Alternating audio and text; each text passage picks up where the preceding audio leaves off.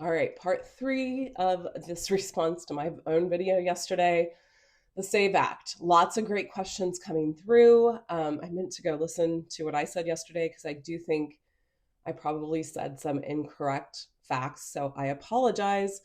Um, Somebody fact checked me and said, hey, this has already been through the Congress. Please fact check. So here's the scoop on that. The SAVE Act did try to get passed in 23, 24, and it is resurfacing. So this is something we've already seen that's already been denied. When I tried to do a research, it has been through the House. So yes, I know Congress is both House and Senate. And her article that I was basing all of this off yesterday, Larissa Reinhart, the Red Alert is the name of the post. Red Alert, the SAVE Act, and her Substack is the Female Body Politic. Please go follow that. She's got lots of so I'm doing the high vision of the ideology that has built patriarchy, but she's going down deep and showing you women's history and just reading these like little stories of women throughout our history. So fucking powerful. So go read that. Okay, so in her thing, she said it's already passed Congress. That's what confused me. So yes, Congress, so we all know, is both House and Senate. It's already passed the House. It has to go through the Senate. When I researched to see if it has gone through the Senate or when it's going through the Senate, there was no date yet. So this has not happened yet federally. States might be different. You've got to do your own research. Do not take like I live in Texas at the moment. Don't take my word for it if you live in Tennessee or Wisconsin or California. Do your own fact checking. Make your own local community of your girlfriends, your friends that you can trust, and help each other out because we can't all know everything all the time. We've got to create little small cells in each area to help inform each other. Okay. So that's another thing I want you to do. How many things do I want you to do? Well, okay. So Senate wise, though, it basically went through a packet with other bills that came through the course of 24 to over to 25. Some guy is saying that they want it to be fast passed through the Senate. The problem with the Senate is that they only have 53 seats. Republicans only have 53 seats, and the vote would need 60. So there's hope there that this might not go through because they would have to do what's called the filibuster to get past that 60 number that they need to pass this into law, right? So there's the back. Fact checked myself, learned more myself, which I should have done yesterday. I apologize. I just felt the urgency of this to let people know what's coming down the pipeline. So some of the other people, very few people said this. A lot of people are scared. I'm going to answer that in a second. But if you know anything about the national Christian nationalist movement of the last 70 years, I've been studying this now for in depth since August, trying to get up to speed because I checked out once I left all of politics in 2012. I'll be sharing my own testimony on YouTube in a couple weeks because I practice something called conscious apathy, and I actually had an intention of that. But basically, I checked back in when I started to hear about Project 2025 because it scared the out of me, and have been learning about this latest. Well, I've probably been learning since early 2024 when I started listening to the Believe It or Not podcast, which highly suggest that one as well if you want to get really informed on how some of this evangelical white Christian nationalist has formed over the last 70 years. Like I said, again, it's been a sleeper cell, started to take form around the racist issue, really. And when they realized they couldn't win on the racism issue, then they switched to pro-life issues. And then since then, they've created this thing called the moral majority with Jerry Falwell, I think it was. And then this thing's just slowly built. They were very instrumental in plugging things in small ways where they could and getting the right people trained up through their programs and put into places of power. So while the SAVE Act might not be the end all be all, like, oh my God, this is it, we're losing our vote. It's not that. I don't want to say it's that. It is a step in a direction that they have been incrementally taking for 70 years.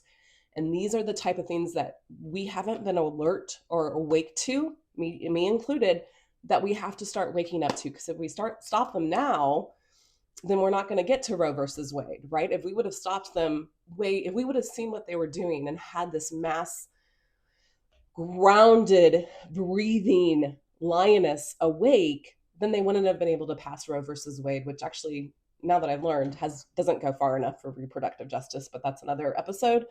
Um, so we have to pay attention. We have to pay attention.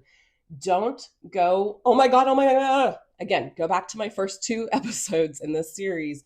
Learn how to adjust your energy, take a breath, and think creatively. All right.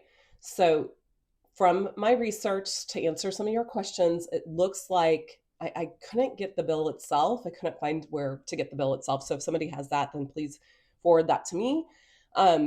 If you have changed your name and you have a passport, if you've changed your name because of your marriage and you have a passport in that name, you should be okay, according to what I'm seeing. The trick is, though, the reason they're doing this is because a lot of people don't have passports. I saw different numbers. I saw like one number was like 23 million and another number was 140 million. Somewhere in those millions, people don't have a passport. And I don't know about you, but before I got married or had to get my first passport, maybe back in when I traveled to Spain, I didn't have a birth certificate, like sealed birth certificate. They're not the easiest things to get, right? So it's just another hoop they're trying to put in place to limit people, because here's the other thing that I thought of is people aren't going to know that they have to have a valid passport or a birth certificate in their current name. So you're probably going to still have to provide your license or a photo ID, and then also provide a passport or a birth certificate that matches your current ID. So that's where the trick is. But people aren't going to know that. They're going to show up to vote and they're going to be turned away. And the election officials can be thrown in jail if they don't have the passport or the birth certificate that matches the current ID. That's what I think is happening. I couldn't see that anywhere, but as I'm thinking through this logically, like they have to have a way that the passport or the birth certificate doesn't match the current ID, right? So that's how they would do that. So again, if you've changed your name and it matches your passport, you're okay.